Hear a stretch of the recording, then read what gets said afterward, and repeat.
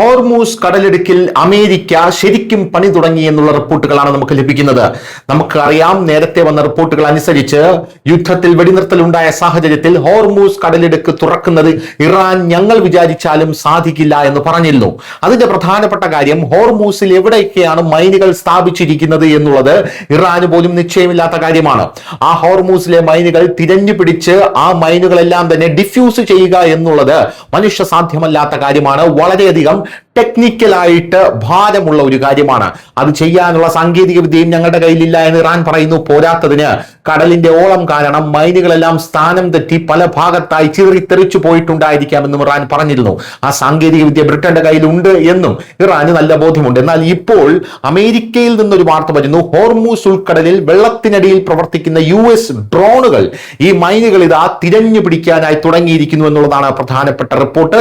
ഇറാനും US തമ്മിലുള്ള ചർച്ചകൾ പരാജയപ്പെട്ടത് ഹോർമൂസ് കടലിടുക്കിനെ ചൊല്ലി ഗൾഫിൽ വീണ്ടും സംഘർഷങ്ങൾക്ക് കാരണമായിരിക്കുന്ന ഈ സാഹചര്യത്തിലാണത്.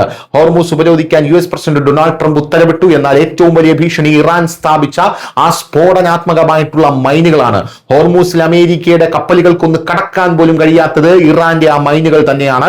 കടലിനടിയിലെ ഇറാനിയൻ മൈനുകൾ നീക്കം ചെയ്യുന്നതിനായി ഹോർമൂസ് കടലിടുക്കിൽ ഒരു മൈൻ സ്വീപ്പർ ആണ് ഇപ്പോൾ അമേരിക്ക വിന്യസിക്കാൻ പോകുന്നത്. ഫെബ്രുവരി 28 ഇറാനും US ഇസ്രായേൽ യുദ്ധവും പൊട്ടിപ്പുറപ്പെട്ടതിനു ശേഷം ഹോർമൂസിന് വെള്ളത്തിനടിയിൽ കൂടെ പോകുന്ന ക്രൂസ് കപ്പലുകൾ ഇറാൻ നിർത്തിവെച്ചു. ഇപ്പോൾ ഹോർമൂസിന് മേലുള്ള ഇറാനിയൻ നിയന്ത്രണം നീക്കം ചെയ്യാൻ US നടപടിയെടുക്കുകയാണ്. ന്യൂയോർക്ക് പോസ്റ്റ് റിപ്പോർട്ട് അനുസരിച്ച് ഫോക്കസ് ന്യൂസിന്റെ സൺഡേ മോർണിംഗ് ഫീച്ചേഴ്സ് പ്രോഗ്രാമിൽ ട്രംപ് പറഞ്ഞത് ഇറാനിയൻ ഖനികൾ കണ്ടെത്തി നശിപ്പിക്കാൻ വളരെ ആധുനിക സാങ്കേതിക വിദ്യയുള്ള ഒരു മൈൻ സ്വീപ്പർ അമേരിക്കയ്ക്കുണ്ടെന്നാണ്. അമേരിക്കയ്ക്ക് വളരെ ആധുനിക സാങ്കേതിക വിദ്യയുണ്ട്, പക്ഷേ അവർ ഹോർമൂസ് ഉൾക്കടലിൽ പരമ്പരാഗത മൈൻ സ്വീപ്പർമാരെ വിന്യസിക്കുമെന്നുള്ളതാണ്. ബ്രിട്ടനും ചില രാജ്യങ്ങളും മൈൻ സ്വീപ്പർമാരെ അയക്കുന്നുണ്ട്. ഈ സാങ്കേതിക വിദ്യയുള്ള രാജ്യങ്ങൾ വളരെ കുറവാണ്. US central command CENTCOM Hormuz വൃത്തിയാക്കാനുള്ള പ്രവർത്തനം ആരംഭിച്ചു കഴിഞ്ഞു എന്നുള്ളതാണ് report. News desk news India Malayalam.